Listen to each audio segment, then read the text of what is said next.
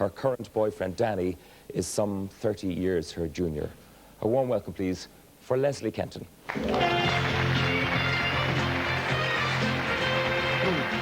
Leslie, you're very welcome. It's lovely to be here. Leslie, you had the cure for my sore throat, didn't you?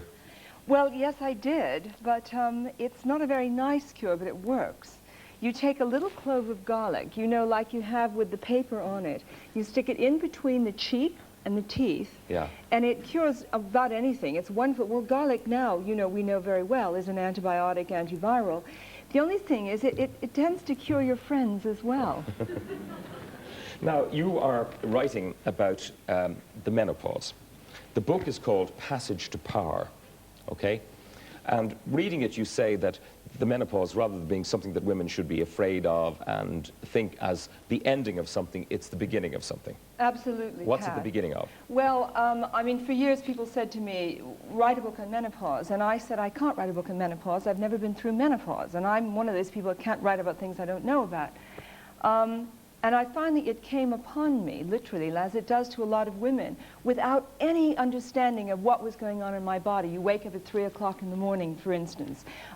You find that suddenly you're having hot flushes, which is all very normal, by the way. People think, oh, it's pathological. I need hormone replacement therapy. It's not at all. And I then began to think about it and realized that something remarkable is going on here, not only biochemically, because it's a major change, as puberty is for women, but also spiritually. I believe that until menopause, women, all of us, whether we have children or not, our basic purpose in life is to use our creativity in a biological way, to propagate the species, of course. When menopause comes along, suddenly, for the first time in a woman's life, she is actually free to use that creativity in any way she chooses. Now, no one could have told me that. I think menopause is the world's best kept secret. And I think it's time that we began to look at new spiritual and biochemical maps for menopause that are positive. Because believe me, in my whole life, I don't think I've ever felt better. I don't think I've ever been happier. Or indeed, I think my work, my creative work is like, I never dreamed that it would be like this. Okay, so you're not a proponent of HRT? I am not against HRT, but I'm against the way that it's now. I don't know, in Ireland I think it's a bit wiser than it is in Britain. I think that these days, very often a woman has some sort of a difficulty in midlife. She goes to her doctor and her doctor automatically says what you need is HRT. This is not true. First of all, there are two hormones in a woman's body that are the reproductive hormones, the estrogens and progesterone. When they are balanced, then a woman does not get PMS, she does not get endometriosis or fibroid tumors, cancer of the breast, or cancer of the womb. What has happened, Pat, and I don't know if you've seen recently, Greenpeace did a very big expose on what happened to men's sperm count in the last 50 years. It's dropped 40%. And it's because of things that mimic estrogens. It is exactly that. Plastics and all of that. It is the plastics, it's the pesticides, the herbicides that act like estrogen in the human body. But what, of course, Greenpeace didn't look at is what do they do to women's bodies? And this is what we as women are suffering from. This is the underlying cause for osteoporosis, PMS, and all of those other female troubles. Now, I had no idea of this. When I set out to write a book, I was going to write a short book on menopause with perhaps some dietary advice and a few herbs that people could use to help themselves through difficult patches.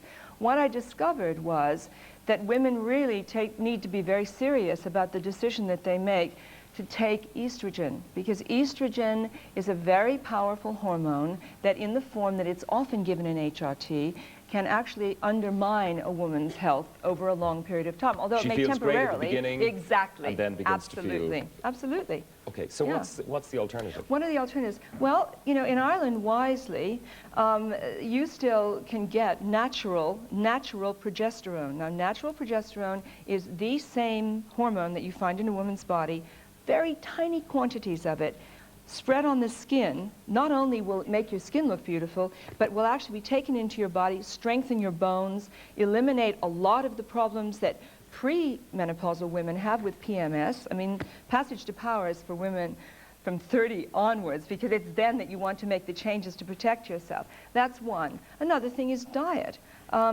You know, in the Eastern countries, in Japan and China, they don't suffer the way we do with all of these female troubles. Why? Well, they eat a diet that's very high in soy products, for one thing. And soy products, this is really interesting too. Soy products have estrogens, but they're very gentle estrogens, unlike the chemical estrogens that we're faced with.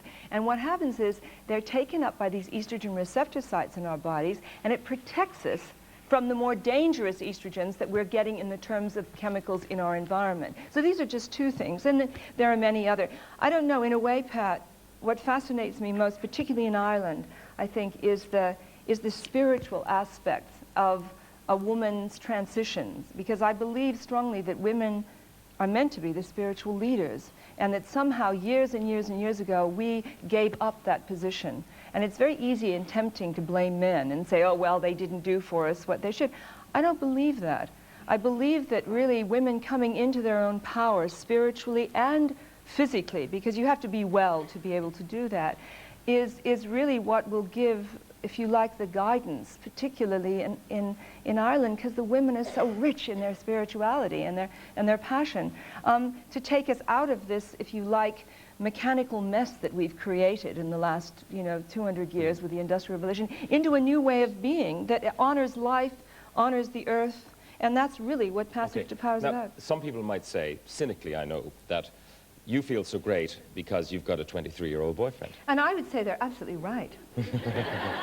Not a 23-year-old boyfriend, this one. When you talk about, women, when they pass through the menopause, can leave behind the biological imperative to reproduce. Yes. Men, it seems, never leave behind that biological imperative. I mean, some people reproduce when they're 80 years of age. Anthony Quinn, the most recent example of someone who's quite fertile, public example. So how do you cope then with someone who's your partner in life, who's 23, whose biological imperative is very active indeed? That's a very interesting question. To whom you cannot respond. And I think a very serious question, it too. Is. When we first met, I mean, it has nothing to do with him being 23. If you fall in love, you fall in love. And his mother, who's 15 years younger than I, very wisely said, when I said, oh, it must be awful for you to have this woman who's 15 years old. Oh, no, she said, you can't help who you fall in love with.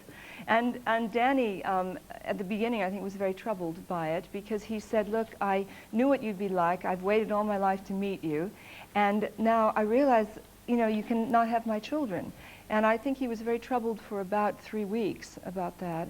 And then he came to me one day and said, do you know, it's wonderful that you can't have children, because if you could, that would take away from our relationship here. And he said, I don't think I ever really wanted children anyway. So do you have a feeling that this is a permanent thing? I have a feeling that it's permanent. I also have a feeling that neither he nor I had any choice in it. Both of us had been celibate for 3 years. Neither of us were looking for a relationship, which is a dangerous state to be in, Yeah, I think it's pretty serious, yeah. Mm-hmm. All right. And when the time comes that he may want to have children? I mean, you have 4. Well, then we have to handle that. We have to deal with it, because I am not having any more children, even if biologically I could. I loved motherhood. It was the most wonderful thing in my life, and I do not want to be a mother ever again. I'm not even interested in grandchildren. One of the things they say about, I don't know what you women feel, but they talk about how difficult it is when the children leave home. I find it hard to get them to leave home. Yeah, and I mean, I don't know if you know, I'm actually coming back to Dublin. I must say, please, for me, Ireland is my spiritual home. It's always been like this.